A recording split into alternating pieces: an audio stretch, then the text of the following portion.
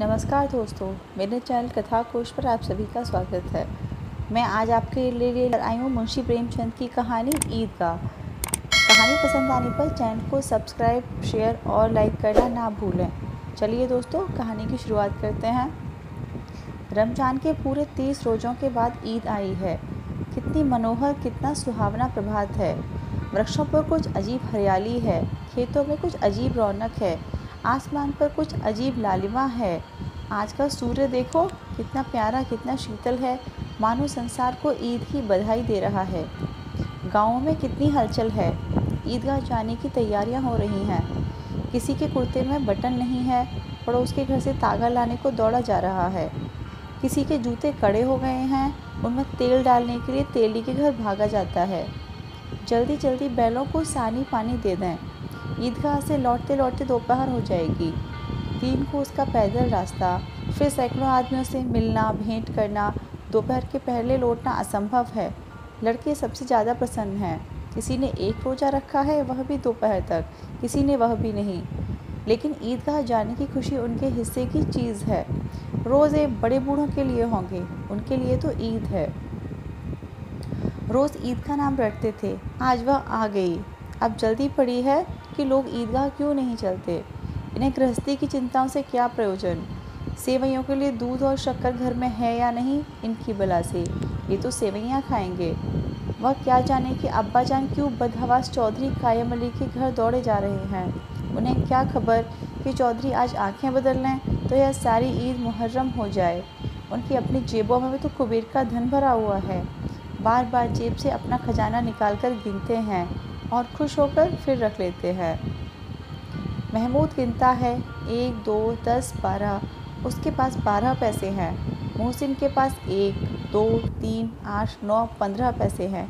इन्हीं अनगिनत पैसों में अनगिनत चीज़ें लाएंगे, खिलौने, मिठाइयाँ, बिगुल, गेंद और जाने क्या क्या।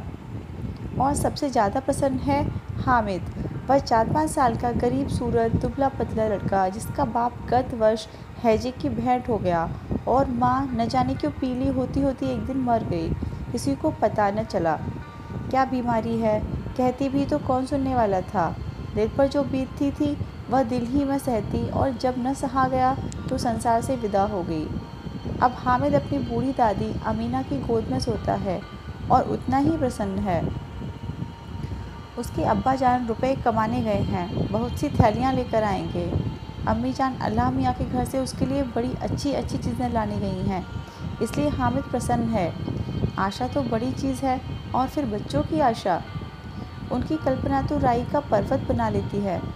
हामिद के पाँव में जूते नहीं हैं, सिर पर एक पुरानी धुरानी टोपी जिसका गोटा काला पड़ गया है, फिर भी वह प्रसन्न है। जब उसके अब्बा जान थैलियाँ और अम्मी जान नियामतें लेकर आएंगी तो वह दिल के अरमान निकाल लेगा। तब देखेगा महमूद, मोहसिन, नूरे और सम्मी कहाँ से उतने पैसे निकालेंगे। अभागिनी अमीना अपनी कोठरी में बैठी रो रही है। आज ईद का दिन और उसके घर में दाना नहीं। आज आबिद होता तो क्या इसी तरह ईद आती और चली जाती। इस अंधकार और निराशा में वह डूबी जा रही है। किसने बुलाया था इस निगोड़ी ईद को। इस घर में उसका काम नहीं, लेकिन हामिद, उसे किसी के मरे जीने से क्या मतलब। उसके अंदर प्रकाश है, बाहर आशा। विपत्ति अपना सारा दल बल लेकर आए, हामिद की आनंद भरी चितवन उसका विध्वंस कर देगी। हामिद भीतर जाकर दादी से कहता, तुम डरना अम्मा, मैं सबसे पहले जाऊंगा, बिल्कुल न डरना। गांव से मेला चला और बच्चों के साथ हामिद भी जा रहा था। कभी सबके सब दौड़कर आगे निकल जाते, फिर किसी पेड़ के नीचे खड़े होकर साथ वालों का इंतज़ार करते। ये लोग क्यों इतना धीरे चल रहे हैं। हामिद के पैरों में तो जैसे पर लग गए हैं। वह कभी थक सकता है। शहर का दामन आ गया। सड़क के दोनों ओर अमीरों के बगीचे हैं। पक्की चारदीवारी बनी हुई है। पेड़ों में आम और लीचियाँ लगी हुई हैं। कभी कभी कोई लड़का कंकड़ उठाकर आम पर निशाना लगाता है। माली अंदर से गाली देता हुआ निकलता है। लड़के वहाँ से एक फरलांग पर हैं, खूब हंस रहे हैं। माली को कैसे उल्लू बनाया है। अब बस्ती घनी होने लगी थी। ईदगाह जाने वालों की टोलियाँ नज़र आने लगीं, एक से एक भड़कीले वस्त्र पहने हुए। कोई इक्के तांगे पर सवार, कोई मोटर पर। सभी इत्र में बसे, सभी के दिलों में उमंग। ग्रामीणों का वह छोटा सा दल अपनी विपन्नता से बेखबर, संतोष और धैर्य में मगन चला जा रहा था। बच्चों के लिए नगर की सभी चीज़ें अनोखी थीं। जिस चीज़ की ओर ताकते ताकते ही रह जाते और पीछे से बार बार हॉर्न की आवाज़ होने पर भी न चेतते। हामिद तो मोटर के नीचे जाते जाते बचा। सहसा ईदगाह नज़र आया। ऊपर इमली के घने वृक्षों की छाया है, नीचे पक्का फर्श है जिस पर जाजिम बिछा हुआ है और रोज़ेदारों की पंक्तियाँ एक के पीछे एक न जाने कहाँ तक चली गई हैं, पक्की जगत के नीचे तक, जहाँ जाजिम भी नहीं है। नए आने वाले आकर पीछे की कतार में खड़े हो जाते हैं। आगे जगह नहीं है। यहाँ कोई धन और पद नहीं देखता। इस्लाम की निगाह में सब बराबर हैं। इन ग्रामीणों ने भी वज़ू किया और पिछली पंक्ति में खड़े हो गए। कितना सुंदर संचालन है, कितनी सुंदर व्यवस्था। लाखों सिर एक साथ सिजदे में झुक जाते हैं, फिर सबके सब एक साथ खड़े हो जाते हैं, एक साथ झुकते हैं और एक साथ घुटनों के बल बैठ जाते हैं। कई बार यही क्रिया होती है, जैसे बिजली की लाखों बत्तियां एक साथ प्रदीप्त हों और एक साथ बुझ जाएं, और यही क्रम चलता रहे। कितना अपूर्व दृश्य था, जिसकी सामूहिक क्रियाएं, विस्तार और अनंतता हृदय को श्रद्धा, गर्व और आत्मानंद से भर देती थीं। मानो बृहत तत्व का एक सूत्र इन समस्त आत्माओं को एक लड़ी में पिरोए हुए है। नमाज खत्म हो गई है, लोग आपस में गले मिल रहे हैं। तब मिठाई और खिलौने की दुकान पर धावा होता है। ग्रामीणों का वह दल इस विषय में बालकों से कम उत्साही नहीं है। यह देखो, हिंडोला है, 1 पैसा देकर जाओ, कभी आसमान पर जाते हुए मालूम होगे, कभी ज़मीन पर गिरते हुए। चरखी है, लकड़ी के हाथे, घोड़े, ऊँट छड़ों से लटके हुए हैं। 1 पैसा देकर बैठ जाओ और 25 चक्करों का मज़ा लो। महमूद और मोहसिन, नूरे और समीन इन घोड़ों और ऊँटों पर बैठते हैं। हामिद दूर खड़ा है। 3 ही पैसे तो उसके पास हैं, अपने कोष का 1/3। ज़रा सा चक्कर खाने के लिए वह नहीं दे सकता। खिलौने के बाद मिठाइयाँ आती हैं। किसी ने रेवड़ियाँ ली हैं, किसी ने गुलाब जामुन, किसी ने सोहन हलवा मज़े से खा रहे हैं। हामिद बिरादरी से पृथक है। अभागे के पास 3 पैसे हैं, क्या नहीं कुछ लेकर खाता। ललचाई आँखों से सबकी ओर देखता है। मिठाइयों के बाद कुछ दुकानें लोहे की चीज़ों की हैं, कुछ गिलट और नकली गहनों की। लड़कों के लिए यहाँ कोई आकर्षण न था, वह सबके सब आगे बढ़ जाते हैं। हामिद लोहे की दुकान पर रुक जाता है। कई चिमटे रखे हुए थे। उसे ख्याल आया, दादी के पास चिमटा नहीं है। तवे से रोटियां उतारती हैं तो उसके हाथ जल उठते हैं। अगर वह चिमटा ले जाकर दादी को दे दे तो वह कितनी प्रसन्न होंगी। फिर उनकी उंगलियां कभी न जलेंगी। घर में एक काम की चीज़ खो जाएगी। खिलौने से क्या फ़ायदा, व्यर्थ में पैसे खराब होते हैं। उसने दुकानदार से पूछा, यह चिमटा कितने का है।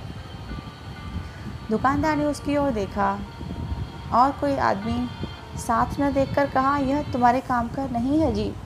बिकाऊ है कि नहीं? बिकाऊ क्यों नहीं है और यहाँ क्यों लाद लाए हैं? तो बताते क्यों नहीं? क्या पैसे का है? 6 पैसे लगेंगे। हामिद का दिल बैठ गया। ठीक ठीक बताओ। ठीक ठाक 5 पैसे लगेंगे। लेना हो तो लो, नहीं तो चलते बनो। हामिद ने कलेजा मजबूत करके कहा, 3 पैसे लोगे? यह कहता हुआ वह आगे बढ़ गया कि दुकानदार की घुड़कियाँ न सुने। लेकिन दुकानदार ने घुड़कियाँ नहीं दी, बुलाकर चिमटा दे दिया। हामिद ने उसे इस तरह कंधे पर रखा मानो बंदूक है और शान से अकड़ता हुआ संगियों के पास आया। 11 बजे सारे गांव में हलचल मच गई। मेले वाले आ गए। मोहसिन की छोटी बहन ने दौड़कर भिश्ती उसके हाथ से ले लिया और मारे खुशी के जो उछली तो मियाँ भिश्ती नीचे आ गए और सुरलोक सिधारे। इस पर भाई बहन में मारपीट हुई। दोनों खूब रोए। उनकी अम्मा शोर सुनकर बिगड़ी और दोनों को ऊपर से 2-2 चांटे और लगाए। अब मियाँ हामिद का हाल सुनिए। अमीना उसकी आवाज़ सुनते ही दौड़ी और उसे गोद में उठाकर प्यार करने लगी। सहसा उसके हाथ में चिमटा देखकर वह चौंकी। यह चिमटा कहाँ था? मैंने मोल लिया है। क्या पैसे में? 3 पैसे दिए। अमीना ने छाती पीट ली। यह कैसा बेसमझ लड़का है कि दोपहर हुआ, कुछ खाया न पिया, लाया क्या? चिमटा। सारे मेले में तुझे और कोई चीज़ न मिली जो यह लोहे का चिमटा उठा लाया?